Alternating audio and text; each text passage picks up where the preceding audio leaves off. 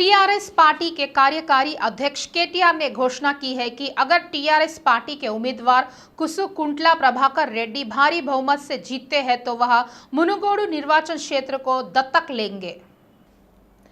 KTR ने कुसुकुंटला प्रभाकर रेड्डी नामांकन पत्र के अवसर पर आयोजित रैली में भाग लिया।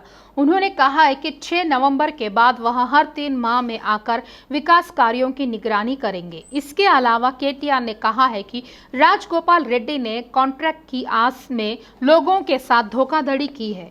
उनके जनाधार को बीजेपी के पास गिरवी रखा है।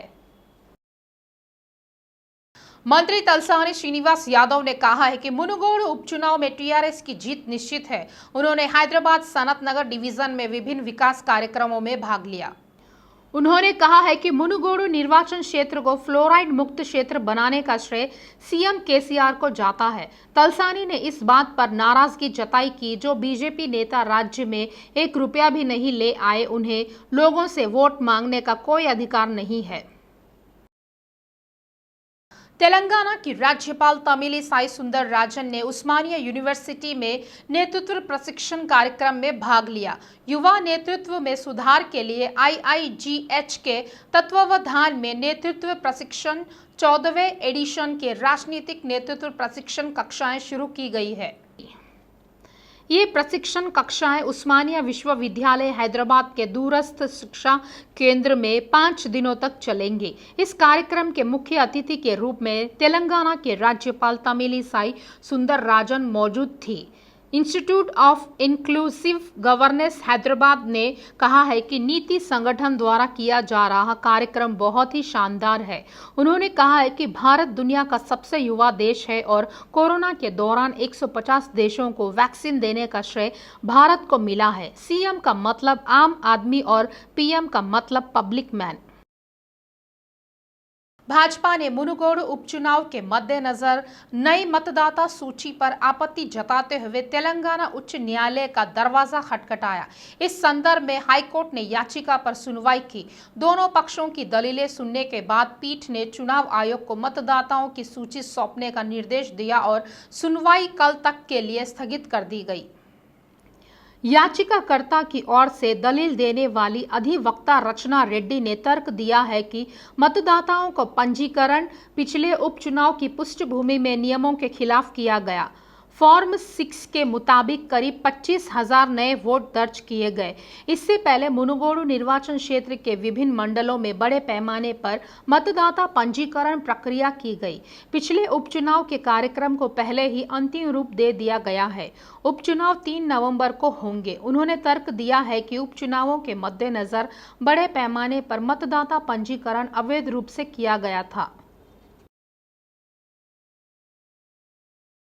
बीजेपी के प्रदेश मामलों के प्रभारी तरुण चुग ने टीआरएस पर पहले भी मतदाता सूची में छेड़छाड़ का आरोप लगाया है। इससे पहले बीजेपी नेताओं के समूह ने केंद्रीय चुनाव आयोग से मतदाता सूची में गड़बड़ी की शिकायत की।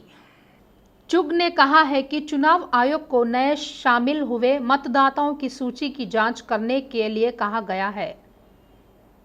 मुनुगोडु में 25,000 नए मतदाता जुड़े हैं।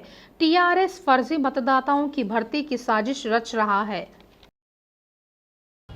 40,000 लोगों की पॉपुलेशन कौन से क्षेत्र में आकर बसी है? ये कौन सी नई कॉलोनी, कौन सा नया क्षेत्र यहाँ शामिल हुआ है? जबकि ये सच है कि कोई भी नई कॉलोनी, नया क्षेत्र शामिल नहीं हुआ। ये 40,000 की जनसंख्या, झूठी जनसंख्या जो आसपास के क्षेत्र में रहती है, उसको यहाँ प्लांट करके यहाँ के वोटर क्षेत्र को प्रभावित करने का प्रयास हुआ है। क्योंकि मुनुगोडु का चुनाव केसीआर साहेब को पता चल चुका है कि वो बुरी तरह हारने वाले हैं और केसीआर की TRS/BRS ये चुनाव हारेगी भी। इसलिए अपनी गिरती हुई साख से बचने के लिए ये षड्यंत्र उन्होंने रचा है और ये षड्यंत्र हमने आज चुनाव आयोग के सामने रखा है कि हमने उनसे निवेदन किया है कि जिन लोगों ने इस बैड प्रैक्टिस में, जिन ऑफिसर्स ने इस षड्यंत्र में हिस्सा लिया है, उन पर भी कठोर कार्रवाई होनी चाहिए। इसके अलावा जो वहाँ एक कमिश्नर हैं, पिछले 4 साल से वहाँ पर वो कमिश्नर हैं, और जबकि सरकार की योजना है चुनाव योग। भारतीय कम्युनिस्ट पार्टी की 24वीं राष्ट्रीय कांग्रेस इस महीने की 14 से 18 तारीख तक बहुत ही भव्य और उत्साहपूर्ण माहौल में विजयवाड़ा में आयोजित की जा रही है। राष्ट्रीय कार्य समिति के सदस्यों और आमंत्रण समिति के महासचिव चाणा वेंकट रेड्डी ने कहा है कि लगभग 26 देशों के कम्युनिस्ट पार्टी के नेता व प्रतिनिधि इस सम्मेलन में सौहार्दपूर्ण से रूप से भाग ले रहे हैं। उन्होंने कहा है कि प्रधानमंत्री नरेंद्र मोदी के नेतृत्व में संवैधानिक उल्लंघन, कट्टरता और फांसीवादी नीतियों में वृद्धि हुई है और यह महासभा उन नीतियों को मिटाने के लिए वामपंथी, प्रगतिशील और धर्मनिरपेक्ष ताकतों के साथ वैकल्पिक मंच के लिए महत्वपूर्ण है। टीटीडी के तत्वावधान में आयोजित श्री वेंकटेश्वर समारोह का एनटीआर स्टेडियम में भव्य आयोजन किया जा रहा है। तीसरे दिन गुरुवार को तिरुप्पावड़ सेवा व नेत्र दर्शन से भक्त भाव विभोर हुए। बाद में तिरुप्पावड़ सेवा को वैज्ञानिक रूप से विशेष सेवा के रूप में शुरू किया गया। वैदिक विद्वानों ने कहा है कि प्रत्येक गुरुवार की सुबह सुप्रभातम, तोमाला सेवा, कोलुवु पहले सहस्रनामार्चन और प्रसाद के बाद मूल मूर्ति को अलंकृत किए आभूषणों और गहनों को हटा देते हैं। भगवान के माथे पर बड़े हरे कपूर नामा को कम करने से भक्तों को भगवान की आंखें स्पष्ट रूप से दिखाई देती है, इसीलिए इसे नेत्र दर्शन कहा जाता है। इस अवसर पर टीटीडी अन्नमाचार्य प्रोजेक्ट के कलाकार सरस्वती प्रसाद द्वारा गाए गए अन्नमय संकीर्तन ने माहौल भक्तिमय हुआ। संदीप कुमार सुल्तानिया, सीईओ, ग्रामीण गरीब उन्मूलन संगठन सचिव, पंचायत राज ग्रामीण विकास विभाग ने बैंकों से अनुरोध किया है कि उद्यमी महिलाओं को व्यक्तिगत व्यवसाय विकास के लिए स्वयं सहायता समूहों में वित्तीय सहायता प्रदान करें। उन्होंने हरिता प्लाजा, बेगमपेट, हैदराबाद में शेरफा द्वारा आयोजित राज्य स्तरीय बैंकर्स कार्यशाला में भाग लिया। बैंक उन महिलाओं को एक सामाजिक जिम्मेदारी के अंतर्गत वित्तीय सहायता प्रदान करे जिनके पास व्यवसाय में उत्कृष्टता का विचार है। उन्होंने कहा है कि यदि प्रत्येक महिला को 5 से 10 लाख का ऋण दिया जाता है तो वे आर्थिक रूप से सशक्त होंगे। उन्होंने कहा है कि महिला समूहों द्वारा लिए गए ऋणों का बैंकों को समय पर भुगतान किया जा रहा है। उन्होंने कहा है कि महिला समूहों में से केवल 1.92% ही NPA में है। बीती रात राजधानी हैदराबाद में भारी बारिश हुई, साथ ही शहर के कई हिस्सों में तेज बारिश हुई। रात 10 बजे से रात 12 बजे तक छमछम बारिश हुई। इससे इलाके की कॉलोनियां जलमग्न हो गई, सभी सड़कें जलमग्न हो गई। विशेष रूप से शेरलिंगम पल्ली, कुक्कड़पल्ली, खैरताबाद, चारमीनार, सिकंदराबाद और एलबी नगर क्षेत्रों में भारी बारिश हुई। कुक्कड़पल्ली में सबसे अधिक 10.4 सेंटीमीटर, कुतबुल्लापुर में 9.2 सेंटीमीटर, तिरुमलागिरी में 9 सेंटीमीटर, रामचंद्रापुरम में 8.2 सेंटीमीटर, मूसापेट में 8 सेंटीमीटर, फतेहनगर में 7.3 सेंटीमीटर, पटनचेरू में 7.2 सेंटीमीटर, बालानगर में 6.8 सेंटीमीटर वर्षा दर्ज की गई है। एक बार जोरदार बारिश हुई और बोराबंडा की कॉलोनियों में पानी भर गया। घरों के सामने खड़े वाहन बह गए। हिर्रागड्डा मेट्रो स्टेशन के नीचे भारी बाढ़ का पानी जम गया। इससे दोनों तरफ बड़ी संख्या में वाहन रुक गए।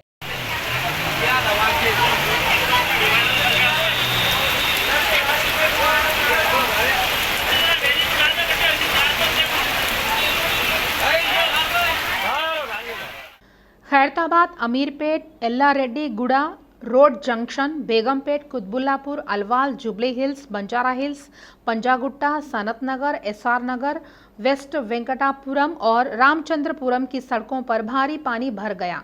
नतीजतन सतर्कता अधिकारियों ने यह सुनिश्चित करने के लिए कदम उठाए हैं कि जो पानी आया और चला गया।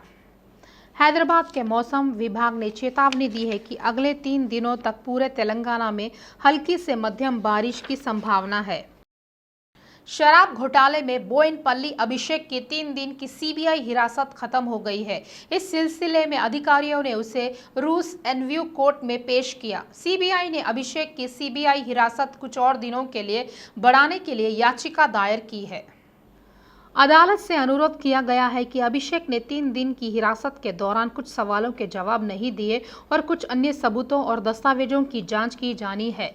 इसीलिए अधिकारियों ने अदालत से उनकी हिरासत 2 दिन और बढ़ाने का अनुरोध किया। दूसरी ओर सीबीआई के वकील ने अदालत के ध्यान में लाया कि अभिषेक के अरुण पिल्लई के साथ संबंध थे और दोनों के बीच पैसे का लेन देन हुआ। अरुण पिल्लई को सुनवाई में शामिल होने का नोटिस दिया गया था, लेकिन वह सुनवाई में शामिल नहीं हुए क्योंकि उनकी बेटी अस्पताल में भर्ती थी। सीबीआई अधिकारियों ने अदालत को बताया कि मुत्ता गौतम से भी इसी मामले में पूछताछ की जा रही है। इस बीच अभिषेक के वकील ने अदालत से अनुरोध किया है कि हिरासत बढ़ाने की कोई जरूरत नहीं है। हालांकि सीबीआई अधिकारियों ने किसी भी तरह की जांच किए बगैर कस्टडी बढ़ाने का अनुरोध किया है। शमशाबाद एयरपोर्ट पर 2 यात्रियों के पास से भारी मात्रा में सोना जब्त किया गया। हवाई अड्डे के सीमा शुल्क अधिकारियों ने अवैध रूप से सोना ले जा रहे 2 यात्रियों को हिरासत में लिया। दुबई से हैदराबाद आ रही 2 महिला यात्री को अधिकारियों ने भारी मात्रा में सोना ले जाते समय पकड़ लिया। अधिकारियों ने इनके पास से 74 लाख मूल्य का 1410 ग्राम सोना जब्त किया है। सीमा शुल्क अधिकारियों ने आरोपी के खिलाफ मामला दर्ज कर जांच शुरू कर दी है। स्मगलर दिन ब दिन अपनी बुद्धि खोते जा रहे हैं। नवांग तुंगों की तलाश में बहुत सी बाधाएं हैं। उपाय किए जाने के बावजूद सीमा शुल्क अधिकारी अपनी आंखों में धूल झोंक कर सोना ले जाने की कोशिश कर रहे हैं। इसके बावजूद विभिन्न तरीकों से अवैध सोना ले जा रहे स्मगलर पुलिस की गिरफ्त में आ ही जा रहे हैं। हयातनगर के कुंटलूरू रोड स्थित प्राथमिक सरकारी स्कूल में देर रात को नशे में धुत गिरोह ने हंगामा मचाया। आंगनबाड़ी बच्चों के लिए मध्याह्न भोजन में इस्तेमाल होने वाले मुर्गे के अंडे नष्ट कर दिए गए और खाना पकाने के बर्तनों की तोड़फोड़ की गई। आरोपियों ने कक्षा में अंडे तोड़े और पथराव कर शौचालय को नष्ट कर दिया। इससे पहले भी 2 बार ऐसी ही घटना हो चुकी है। स्कूल स्टाफ ने ऐसी घटनाएं दोबारा ना हो इसके लिए कार्रवाई करने को कहा। स्कूल के प्रिंसिपल ने हयातनगर पुलिस स्टेशन में शिकायत दर्ज कराई है। पुलिस ने मामला दर्ज कर लिया है और जांच कर रही है। प्यार के नाम जूनियर आर्टिस्ट को झांसा देकर गर्भवती बनाने की घटना में नवोदित कलाकार को जुबली हिल्स पुलिस ने गिरफ्तार किया है। पुलिस रिपोर्ट के अनुसार वेंकटगिरी में अपनी बहन के घर जूनियर कलाकार के रूप में काम करने वाली युवती की मुलाकात उसी क्षेत्र में काम करने वाले और जुबली हिल्स रोड नंबर 45 क्षेत्र में रहने वाले प्रियंत राव के साथ जान पहचान हुई। इस जान पहचान का फायदा उठाते हुए उसने युवती को शादी करने का झांसा दिया व उसके साथ शारीरिक संबंध बनाए। पिछले जनवरी में वह गर्भवती हुई। हालांकि प्रियंत राव ने उसे गर्भपात हेतु गोलियां दी, जबकि वह पहले से ही शादीशुदा है व उसके परिवार में एक बेटी है। इसके बावजूद उसने युवती से कहा है कि वह बीवी को तलाक देगा व उसके साथ शादी करेगा। इस बीच उसने अपनी मां से मुलाकात कर शादी की बात की। इस पर प्रियंत राव ने उसे जान से मारने की धमकी दी। पीड़िता की शिकायत पर पुलिस ने मामला दर्ज कर आरोपी को गिरफ्तार कर लिया है। भारतीय टीम 7वीं बार महिला एशिया कप T20 टूर्नामेंट जीतने से एक कदम दूर है। टीम इंडिया इस टूर्नामेंट में 7वीं बार फाइनल में पहुंची है। थाईलैंड के खिलाफ आज के सेमीफाइनल में भारत ने 74 रन से जीत दर्ज की है। हालांकि टॉस हारकर बल्लेबाजी करने उतरी टीम इंडिया ने निर्धारित 20 ओवर में 6 विकेट के नुकसान पर 148 रन बनाए। भारत के लिए सलामी बल्लेबाज शेफाली वर्मा ने 42 रन बनाए। एक अन्य बल्लेबाज जेमिमा रोड्रिग्स ने 27 रन और कप्तान हरमनप्रीत कौर ने 36 रन बनाए। 149 रन के लक्ष्य का पीछा करते उत्तरी थाईलैंड की टीम कुल ओवरों में सिर्फ 74 रन ही खेल पाई। इसी के साथ भारत ने फाइनल में प्रवेश किया।